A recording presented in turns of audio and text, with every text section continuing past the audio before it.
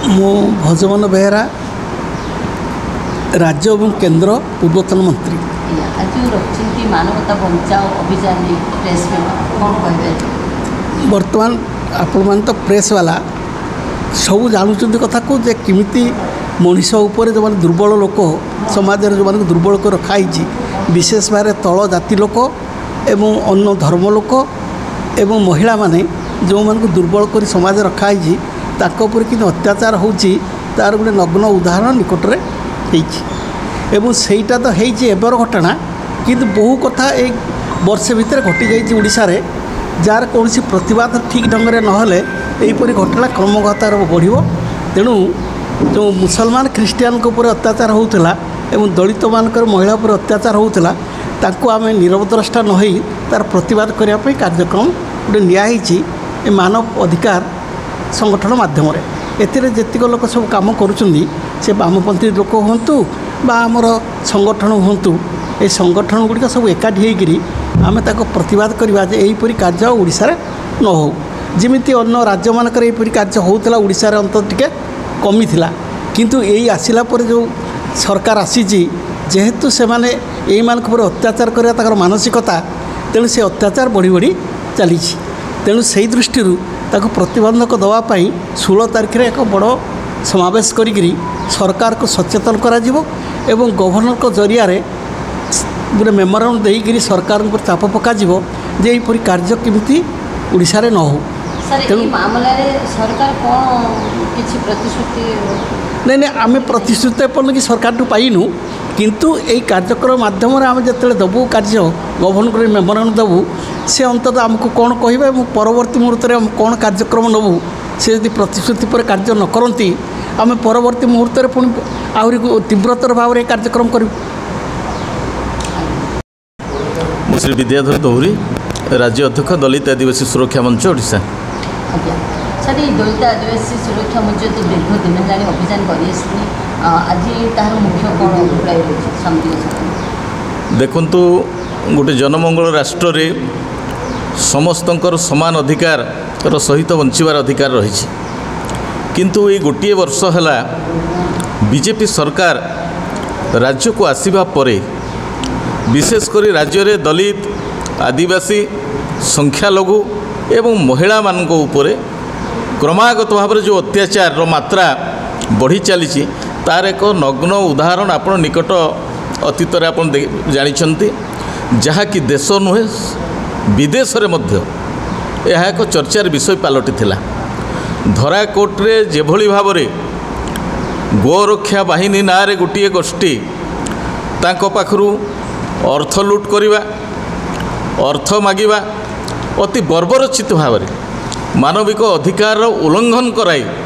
तांको आंठे आंठे नेबा एवं नर्दमा पानी पीएबा ए भलिया जो कुश्चित परंपरा केबेले एक सभ्य समाज रे हेबा उचित नुहे। एणु ए संपर्क में विभिन्न सामाजिक गण अनुष्ठान माने आमे एकत्रित होइकी मानवता बचाओ अभियान जहाँकि नारी मानक उपरे ही चली बर्बरचित भाव आक्रमण जहाँकि दलित मानक उपरे होउछि प्रतिदिन जहाँकि आदिवासी उपरे होउछि प्रतिदिन एवं जहाँकि संख्यालघु उपरे मध्य प्रत्येक दिन होउछि सेमाने आईन को निजे हाथ को नौछंती जे भारत वर्ष रे ए देश गोटे संविधान को लेकिन चलुवा बेले एभली ढंगरे बर्बरचित आक्रमण निश्चित भाव में मानवतावादर हनन करा जाउछि। एणु आमे जो माने बुद्धिजीवी विभिन्न सामाजिक संगठन गण अनुष्ठान कर्मकर्ता एवं किछि राजनीतिक दलर नेतृत्व माने एक होइकी मानवता बचाओ अभियान नारे एक संगठन निर्माण कराई जहाँकि आगामी 16 तारिख दिन आमे समग्र राज्य को आपण मानक माध्यम रे ए अपील करने सहित जो थे साधारण बुद्धिजीवी माने जानतु युवक माने जानतु छात्र माने जानतु महिला माने जानतु जे एक जनमंगल राष्ट्र रे किभली भाव में आज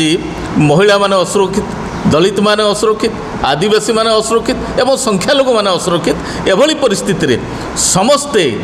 ए जो आंदोलन 16 तारिख रे हेबा पई जाउची ए 16 तारिख आंदोलन रे समस्ते एकाठी यह विरुद्ध स्वरोत्तोलन करने आमे अपील करुछु आपण मानक माध्यम रे एवं ए बाटरे आमे एक 5 दफा दाबी रखीचु जहाँकि माननीय राज्यपाल उद्देश्य रही माननीय राज्यपाल को आम जनइबू एवं यह एक सचेतन भित्तिक कार्यक्रम भाव में समग्र ओडिशा रे यार पृष्ठभूमि को आगो को नेवाई ये आंदोलन को आहरी त्यागपूत भाव में आगो को नेवाई आम कार्य कर ये आंदोलन रे समग्र राज्यर बुद्धिजीवी माने दलित माने युवक माने छात्र माने समस्त एथिरे सामिल हेबे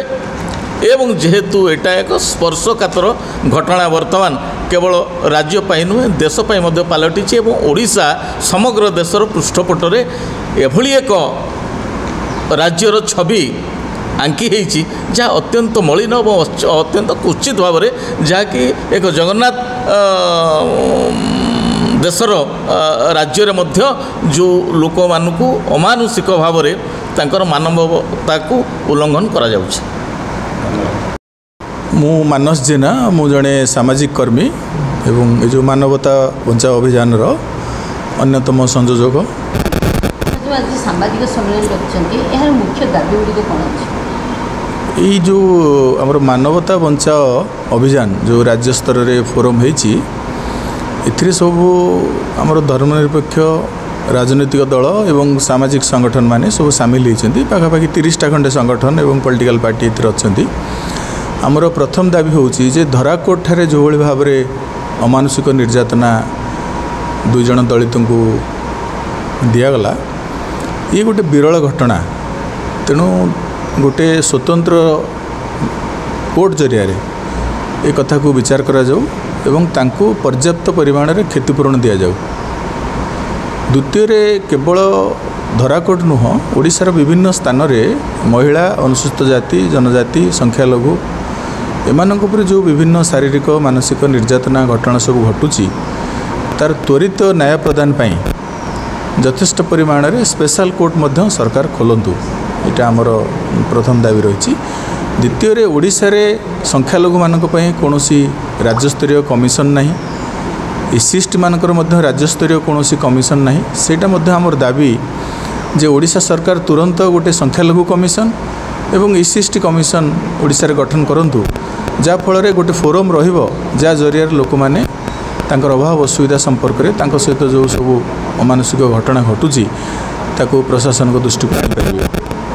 तृतीय आम दाबी करुचु जे विशेषकर शेड्यूल्ड एरिया रे जोठी आदिवासी भाई मैंने अच्छी संख्यालघु भाई मैंने अच्छी सेठी मध्य विभिन्न प्रकार निर्यातना घटना घटुची आपणकर मालकानगिरी देखंतु किंबा कोरापुट देखंतु एपटे नवरंगपुर देखंतु केउंझर देखंतु जोठी कि आदिवासी मानक ऊपर विशेषकर जो आदिवासी माने ख्रीस्टान होती दलित माने ख्रीस्टान होती निर्यातना दि जाऊँगी। गवर्नर गोटे दायित्व रही जे शेड्यूल्ड एरिया रे केमती पीस एंड गुड गवर्नेंस सेठी केमती शांति रहिबो एवं प्रशासनिक व्यवस्था सुचारू रूप चलियो सेटा गवर्नर विशेष दायित्व।